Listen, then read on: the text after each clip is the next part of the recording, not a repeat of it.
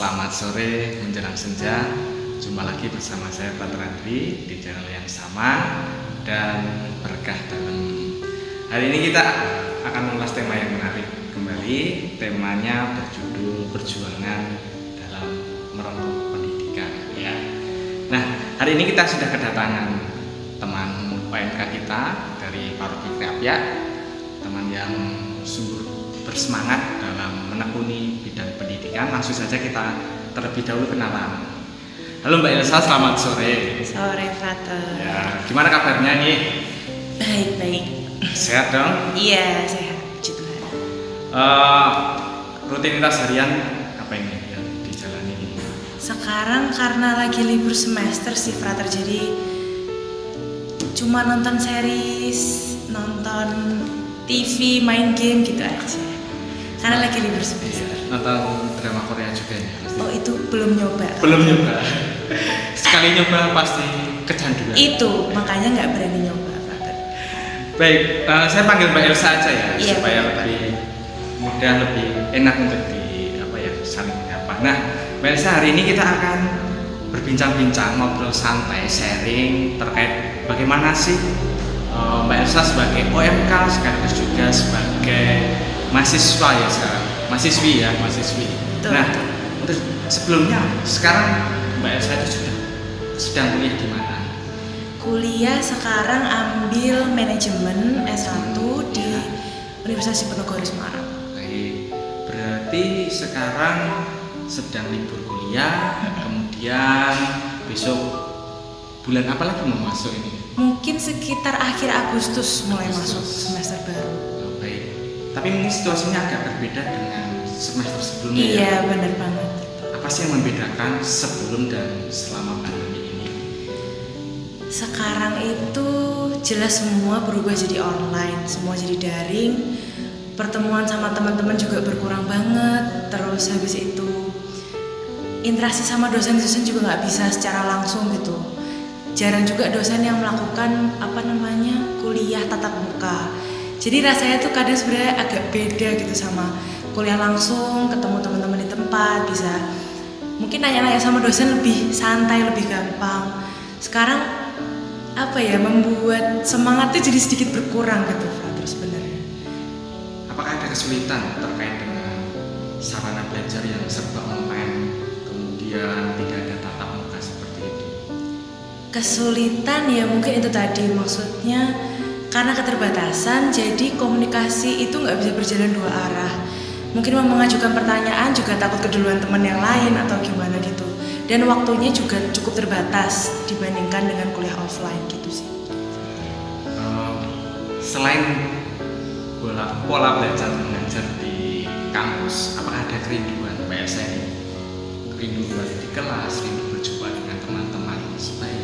Kalau rindu itu pasti sih, karena biasanya ya namanya juga anak kuliah, pulang kelas paling kemana sih, makan bareng, kumpul bareng, itu yang nggak bisa dilakuin sekarang. Meskipun teman-teman mungkin banyak juga yang tinggalnya sebenarnya di Semarang, tapi kan kondisi sekarang itu nggak bisa membuat kita ketemu kumpul-kumpul gitu kan, agak susah gitu sih, Frater. Jadi kalau kangennya sih kangen banget ketemu teman-teman.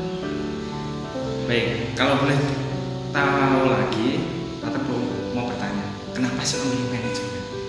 Manajemen, sebenarnya pilihan pertama itu jatuh ke ilmu komunikasi.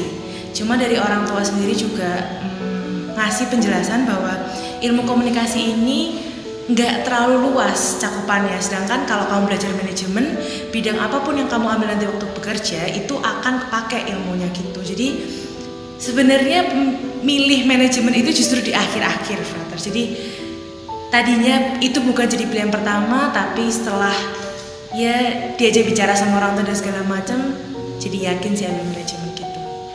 Baik, nah terkait juga dengan manajemen, apakah saat ini itu sudah ada rencana kira-kira kalau saya pilih manajemen ke depan mungkin 4 tahun lagi atau berapa tahun lagi, apa sih yang ingin saya wujudkan dari ilmu yang sedang saya geluti saat ini? Sebenarnya karena ini saya itu masih tahap pertama, maksudnya tahun pertama masuk kuliah ya. Jadi apa yang saya pelajari itu masih sangat mendasar, masih sama kayak jurusan-jurusan ekonomi lain kayak akuntansi, ilmu ekonomi studi pembangunan. Jadi saya merasa ilmu yang saya dapat sekarang masih terlalu luas gitu. Sebenarnya belum dapat gambaran banget sih frater nantinya mau terjun ke bidang apa gitu, justru malah masih gambling gitu sih. Baik, nah menarik adalah memilih prodi manajemen ya. Iya. Itu kan di akhir-akhir. Betul. Menjelang apa istilahnya daftar iya, atau benar. tes. Nah, mungkin bisa diceritakan pada teman-teman muda yang di luar. Mungkin ketika lulus SMA itu kan bingung ya. Benar, nah, benar. Motivasi atau saran apa yang bisa Mbak Elsa sampaikan pada teman-teman terkait untuk milih prodi? Kalau untuk pilih prodi mungkin agak lebih susah kalau kita menuju apa sih yang kita mau. Paling enggak yang bisa kita lakuin adalah menyingkirkan apa yang kita nggak mau. Itu pilihan yang paling bisa dicoba sih. Misalnya kira-kira lihat nih ada prodi hukum, terus kayak kira-kira belajarnya apa aja sih, kira-kira suka nggak kalau belajar itu selama 4 tahun, kira-kira ilmu itu bakal kepake nggak setelah nanti lulus. Nah itu yang penting sih, maksudnya kita bisa ngerti prodi-prodi itu tuh belajarnya apa aja dan segala macem. Terus kalau mungkin nggak cocok itu yang dieliminasi satu-satu gitu frater. Jadi nanti di akhir yang ketemu itu yang jadi final, yang jadi pilihan final itu setidaknya yang kita sukai, dan misal pun merasa terpaksa memilih itu, selama menjalani pun nggak jadi beban gitu. Baik, nah saran yang bagus, sharing yang bagus buat teman-teman yang di rumah yang mungkin tahun depan mau masuk kuliah, harus benar-benar mantap dalam memilih. Jangan sampai hanya berpikiran pragmatis. Betul. Ya, prodi ini nanti bisa bekerja ini, tapi tidak melihat secara keseluruhan. Oke, Mbak Elsa, saya mau bertanya lagi. Kalau boleh saya tahu lagi, flashback mencapai undip, ya kalian undip, itu Mbak Elsa bagaimana sih perjuangan belajarnya supaya teman-teman yang di rumah itu memiliki semangat motivasi, oh saya ingin kelak mau daftar di universitas ternama, maka mungkin SMA, SMP, SD, gimana sih perjuangan belajar? Nah itu sebenarnya menarik juga sih frater, karena saya itu waktu SMA sebenarnya jurusan IPA, cuma ternyata kan setelah kelas 12 terus habis itu ngerti juga gimana belajar fisika, kimia, ternyata tidak mau melanjutkan gitu frater. Jadi ternyata akhirnya banting setir belajar IPS, dan itu sebenarnya tantangan sih, karena di saat teman-teman mungkin dari jurusan IPS yang lain pengen masuk ke jurusan sosum di universitas negeri gitu, menjadi lebih mudah untuk mereka karena mereka sudah mempelajari itu selama 3 tahun, sedangkan saya harus memadatkan cara belajar saya dalam 1 tahun aja gitu. Sebenarnya cara yang paling efektif waktu itu buat saya, cari teman-teman dengan semangat belajar yang sama atau bahkan lebih, karena dengan kita ada di lingkungan yang apa ya istilahnya menarik kita untuk belajar, itu yang paling penting sih. Maksudnya orang-orang sekitar itu yang paling bermanfaat, yang paling apa ya istilahnya mempengaruhi kita. Jadi kalau teman-teman lingkungan sekitar kita tuh juga semangat belajarnya tinggi, mungkin mau diajak belajar bareng dan segala macam, itu pasti membentuk kita juga jadi lebih semangat belajar gitu sih. Oke, baik. Menarik terkait juga dengan lingkungan juga teman-teman. Ada nggak dulu sewaktu SMA di bangku sekolah menengah itu teman-teman yang banyak yang melakukan perbuatan yang tidak baik dalam hal pendidikan, misalnya mencontek, misalnya copy paste ataupun yang lainnya seperti itu? Kalau itu jelas banyak ya frater. Iya, kalau masalah mencontek dan segala macam itu menurut saya itu bukan urusan saya. Apalagi kalau masih hubungannya dengan ulangan dan segala macam, maksudnya nggak apa-apa mungkin nilai mereka lebih tinggi dan segala macam dari saya. Cuma waktu itu yang saya rasain gimana ya, agak nggak adil banget ya, itu karena waktu itu saya ikut yang namanya UTBK. UTBK itu ujian tulis berbasis komputer, itu adalah persyaratan untuk mendaftar SBMPTN. Nah, di situ banyak terjadi kecurangan sih frater. Maksudnya karena bersifat online, terus lewat komputer semuanya, itu ada beberapa data-data soal yang klik. Jadi di kayak Instagram, di Twitter itu tuh banyak banget orang-orang yang nge-share ini ujian hari ini soalnya ini. jawabannya ini, semua ikut bahas bareng. Di satu sisi mungkin iya itu bisa dianggap belajar, cuma kalau ternyata memang soal yang keluar sama dan segala macam itu menjadi nggak adil buat teman-teman yang benar-benar mempersiapkan tanpa melihat sosial media, tanpa mengetahui ada itu kan, itu kesannya jadi kurang adil gitu aja sih, Frater. Nah, mungkin teman-teman yang di rumah itu bisa belajar melihat situasi di sekitar lingkungannya, apakah banyak yang mencontek ataupun yang tidak jujur. Nah, mungkin teman-teman bisa belajar dari pengalaman Mbak Elsa, bagaimana kita tidak ikut untuk terlibat dalam perilaku yang tidak baik tersebut ya. Iya. Tapi apakah ada saran untuk teman-teman yang mungkin pribadinya sendiri malah melakukan hal yang buruk itu? Sebetulnya mikirnya lebih ke tembok selanjutnya sih. Misalnya kita melakukan kecurangan pada saat ujian mau masuk ke PTN atau universitas lain. Mungkin pada saat itu kita akan merasa dimudahkan, kita akan melewati seleksi itu. Tapi setelah nanti di dunia perkuliahan sendiri, apa iya akan nggak apa-apa? Maksudnya apa itu nggak jadi beban? Toh yang kita pelajari di dunia kuliah nanti itu jauh lebih kompleks daripada yang ada di ujian itu tadi. Maksudnya kalau ujian itu aja kita nggak menguasai, gimana kita bisa keep up sama teman-teman lain di kuliahan gitu sih, Frater. Oke, nah terkait juga dengan entah itu mencontek yang nanti hasilnya sebuah nilai, saya mau bertanya, untuk Mbak Elsa sendiri, apa sih yang Mbak Elsa pahami tentang nilai? Nilai sebenarnya itu pasti, nilai itu hasil dari apa yang kita udah perjuangkan. Jadi gimana pun kita berusaha, itu kita pasrahin aja, nilainya tuh pasti gak mengagetkan gitu. Maksudnya kalau kita mempersiapkan sebaik mungkin, nilainya juga pasti akan setimpal gitu. Tapi kalau kita juga gak mempersiapkan, ya jangan harap kita dapat nilai yang tinggi gitu sih, Frater. Jadi menurut saya kalau istilahnya mengejar nilai atau gimana ya, kita harus fight gitu. Baik, nah berbicara tentang nilai, tentu kan ada sebuah perjuangan yang dilakukan oleh Mbak Elsa sendiri. Betul. Nah, perjuangan apa sih yang kira-kira bisa dihidupi ataupun juga bisa menjadi contoh teman-teman yang ada di rumah yang sedang mendengarkan ini, perjuangan untuk mencapai nilai yang benar-benar saya usahakan sendiri tuh? Kembali lagi, cari lingkungan yang membangun, itu yang paling penting. Setelah itu kita harus nemuin juga gimana cara kita untuk menjaga semangat itu dan tetap konsisten, karena yang paling sulit itu adalah kekonsistenan menjaga itu. Kalau kita cuma semangat di awal itu juga percuma, kalau kita semangatnya baru di akhir sama aja. Kita harus dari awal udah tahu mau ngejar apa dan segala macam, cari lingkungan yang mendukung, kitanya juga semangat dan itu dijaga gitu, harus konsisten gitu aja sih. Ya, tadi kan Mbak Elsa mengungkapkan masuk manajemen ya. Nah, ini pertanyaan sederhana sih. Cita-cita Mbak Elsa itu apa sih? Cita-cita. Sebenarnya kalau cita-cita apa ya? Sekarang malah bercabang kemana-mana nih, Frater. Karena lagi sering nonton series yang isinya masak-masak, jadi pengen jadi koki. Tapi itu kayaknya agak susah untuk dicapai kalau dari sekarang. Sebenarnya kalau cita-cita dari awal sih suka main musik sih, Frater. Mungkin entah pengen jadi penyanyi tapi juga merasa tekniknya kurang atau gimana ya gitu lah, masih banyak yang jadi pilihan cita-cita. Jadi cita-citanya nggak cuma satu.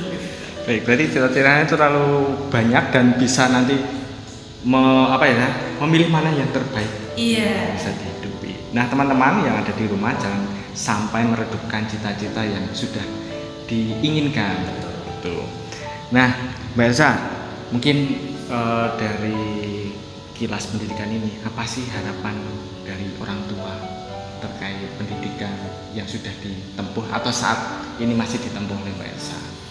Kalau orang tua, puji Tuhan, dari awal, dari masih kecil itu nggak pernah dituntut apa-apa, nggak pernah dituntut macam-macam. Yang penting apa yang saya jalani, apa yang saya pilih, saya jalani dengan maksimal. Orang tua nggak pernah minta kamu harus nilainya segini, kamu harus nilainya sekian dan segala macam.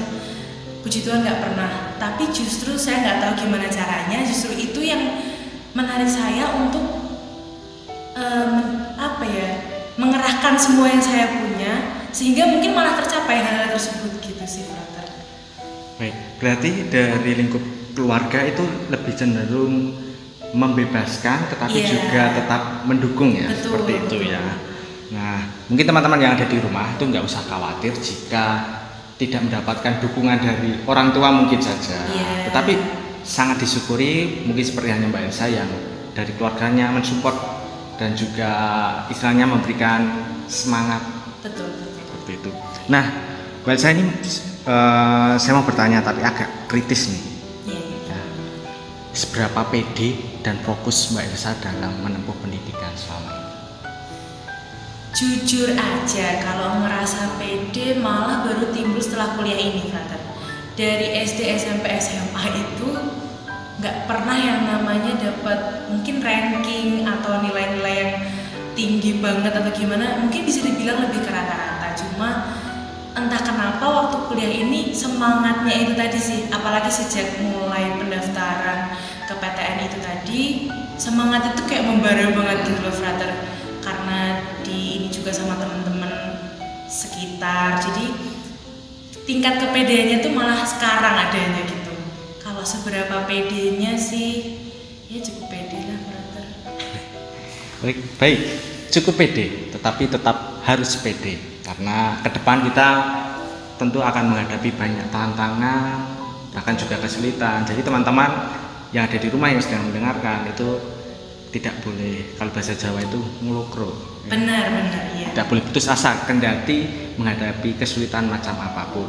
Nah, menyambung tentang pertanyaan PD, pernahkah Mbak Elsa mengalami sebuah keputusasaan atau tantangan yang berat dalam menjalani pendidikan, entah itu di bangku kuliah, SMA, SMP, SD, atau mungkin PAUD ya, mungkin siapa tahu. Kalau kesulitan atau hambatan, mungkin yang paling parah itu ya tadi yang saya cerita waktu mau mendaftar ke universitas, karena saya merasa agak takut bersaing sama teman-teman yang sudah mempersiapkan diri sejak 3 tahun yang lalu gitu, dengan mungkin materi yang sama dan segala macam, tapi saya baru belajar sekarang gitu. Itu timbul apa ya, bisa dibilang nggak yakin, takut juga, tapi ya gimana, harus tetap jalan gitu sih. Baik, menarik karena yang lainnya sudah menyiapkan sekian lama. Betul. Mbak Elsa baru istilahnya baru sebentar, tapi puji Tuhan diterima. Puji Tuhan. Oke. Seberapa besar sih kepercayaan Mbak Elsa terhadap Tuhan yang selalu menyertai Mbak Elsa? Nah, itu menarik sih, Frater, karena sebetulnya kalau dibilang tipe pendoa enggak juga, cuma mendekati ujian itu lumayan tiap malam rosario. Sampai kalau dibuka kamar sama orang tua gitu, kamu kenapa, kamu nggak apa-apa kan, karena dikira kalau doa tuh kenapa gitu. Padahal kan ya nggak apa-apa gitu loh. Ya, doa itu sangat berpengaruh sih, Frater. Tuhan tuh pasti mendengarkan doa-doa kita. Yang penting kita mengusahakan juga, doa juga lancar. Semoga bisa dapat sih apa yang dipingin gitu. Ya, amin. Jadi sampai sekarang juga masih doa kan? Masih. Atau intensitas berdoanya semakin terkurangi? Agak lebih dari sebelumnya, tapi ya gimana. Baik teman-teman muda yang ada di rumah, jangan lupa berdoa. Betul. Jangan lupa melibatkan Tuhan dalam setiap karya tugas perutusan kita masing-masing. Betul. Jangan sampai kita menjadi sombong ketika sudah berhasil. Pamannya kan Mbak Elsa, saya sudah terima di manajemen, tapi tetap ingat pada Tuhan yang memberikan itu semua. Nah, Mbak Elsa, kelemahan apa Mbak Elsa yang mungkin disadari sekarang terkait dalam menempuh pendidikan? Kelemahan, mungkin terlalu perfeksionis. Jadi itu saya sebenarnya ada tipe orang yang deadlineer. Jadi misal ada tugas, persyaratannya ini, saya akan mengusahakan sebisa mungkin lebih maksimal dari apa yang disyaratkan. Cuma ya itu tadi, maksudnya mungkin jadi mepet-mepet sama deadline-nya. kadang waktunya tipis tapi saya mau mengusahakan yang terbaik, itu termasuk salah satu halangan buat saya juga sebenarnya. Pengennya yang terbaik tapi sebenarnya waktunya nggak banyak gitu. Tapi biasanya kalau orang yang perfeksionis, saya juga kadang seperti itu. Itu ketika kita mendapatkan hasil yang tidak sesuai dengan apa yang harusnya kita dapatkan, itu ada sedikit kekecewaan, penyesalan ya. Gimana Mbak Elsa untuk mensiasati rasa penyesalan itu? Sebenarnya baru aja merasakan, Fatar. Maksudnya ada satu mata kuliah yang saya merasa udah saya kerahkan semua usaha saya di sana, tapi ternyata nilainya nggak sesuai dengan yang saya harapkan. Ya dibilang kaget, dibilang nyesel, rasanya kayak kok kayaknya udah diusahain kok masih segini ya, tapi ya nggak apa-apa lah. Kalau teman-teman bilang nggak apa-apa, nanti kalau mau ngulang kan bisa kayak gitu. Maksudnya pasti ada cara untuk memperbaiki itu gitu sih. Baik, lalu Mbak Elsa, apakah pernah Mbak Elsa membantu teman yang dalam tanda kutip kesulitan dalam belajar? Nah, ini menarik. Saya lebih suka ditanyain teman-teman kalau sebelum ujian. Soalnya saya mengalami, apalagi ini sekarang ujian serba online dan segala macam, sering banget misal dikasih soal jam 1, terus deadline-nya dikumpulin jam 6. Itu di rentang waktu itu teman-teman yang biasanya nggak pernah kontak, yang nggak pernah nyapa atau gimana, tiba-tiba tanya bagi jawabanmu dong. Itu ngeselin banget sih. Lebih baik sebelum ujian mungkin mau tanya materi apa yang belum paham, aku pasti bisa bantu gitu. Aku pasti saya juga menjelaskan gitu ke teman-teman. Ya itu sih brother yang kadang gemes gitu. Oke, terkait juga dengan apa ya, belajar. Mungkin Mbak Elsa bisa berbagi kepada teman-teman yang di rumah. Kalau sekarang masih awal-awal kuliah ya, bagaimana sih proses belajar seorang mahasiswa? Kemudian yang SMA, bagaimana sih proses belajar bisa menjadi baik saat di bangku SMA? Cukup 2 bidangnya aja, SMA dan kuliah. SMA dan kuliah, cara belajar.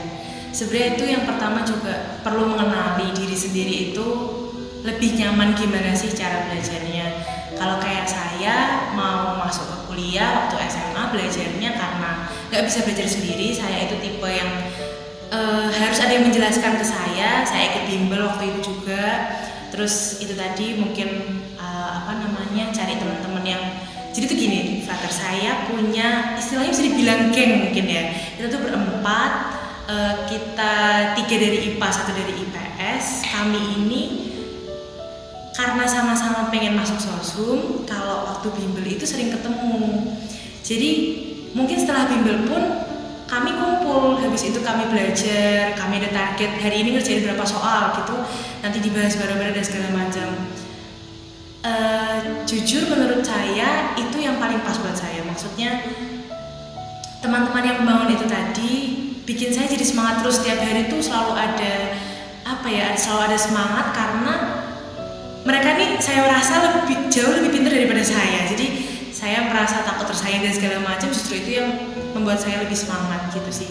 Sebenarnya antara SMA dan kuliah hampir sama, maksudnya yang buat saya semangat untuk belajar dan segala macam itu karena teman-teman di sekitar juga punya semangat yang sama gitu sih. Baik, nah ini Tata mau bertanya, tapi agak menyentuh ya. Apakah ada ketakutan dari Mbak Elsa terkait pendidikan yang sudah sekian lama dibangun ini? Ya kembali lagi, mungkin ada hubungannya dengan cita-cita juga. Maksudnya karena cita-cita yang masih banyak dan segala macam, saya takut apa yang saya pelajari selama ini nanti saya akan lupa gitu aja dan jadi nggak kepake gitu. Padahal mungkin orang tua sudah mengusahakan sekuat mereka dan segala macam. Kalau untuk sekarang, karena saya juga belum yakin saya mau mengejar apa nantinya, karena dari orang tua juga membebaskan tapi juga mendukung, justru pendidikan ini adalah salah satu cara saya untuk mempertanggungjawabkan semuanya ke orang tua. Jadi saya mengusahakan mendapatkan nilai terbaik mungkin, ya itu buat orang tua saya gitu sih. Nah, baik, ini mungkin menjadi pertanyaan yang terakhir Mbak Elsa. Oke. Kebahagiaan apa yang Mbak Elsa sudah dapatkan sekaligus ingin diperjuangkan terkhusus dalam studi ini? Kebahagiaan ya itu tadi, Mungkin banyak orang yang bilang IP bagus tuh nggak terlalu penting, mungkin yang lebih penting adalah soft skill dan segala macam. Justru menurut saya kalau dua-duanya bisa berjalan dengan seimbang itu adalah hal yang baik untuk kedepannya. Karena gimana ya, mau bilang jujur juga perusahaan-perusahaan besar pasti punya persyaratan IP minimal berapa dan segala macam. Nah menurut saya sendiri apa yang bikin saya bahagia itu ketika mendapatkan nilai yang bagus, orang tua juga bangga gitu. Baik Mbak Elsa, terima kasih. Mungkin untuk yang terakhir Mbak Elsa bisa menyampaikan kesan pesan ataupun semangat ataupun motivasi pada teman-teman yang di rumah yang sedang mendengarkan saat ini terkait juga dengan studi.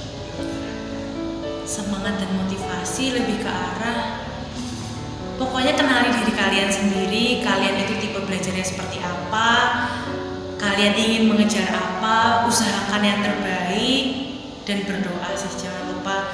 Benar tadi kata Frater, jangan lupa melibatkan Tuhan di setiap apa yang kita lakukan gitu.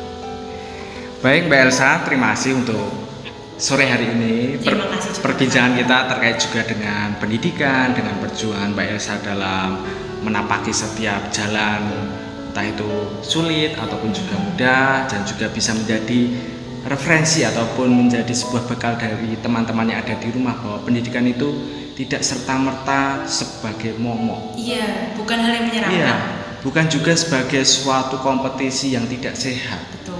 Tetapi sebagai aktualisasi diri, sebagai proses menemukan jati diri, kemudian yang tidak kalah penting adalah kita berkarya bersama Tuhan mencari yang terbaik demi kebahagiaan saat ini dan masa depan.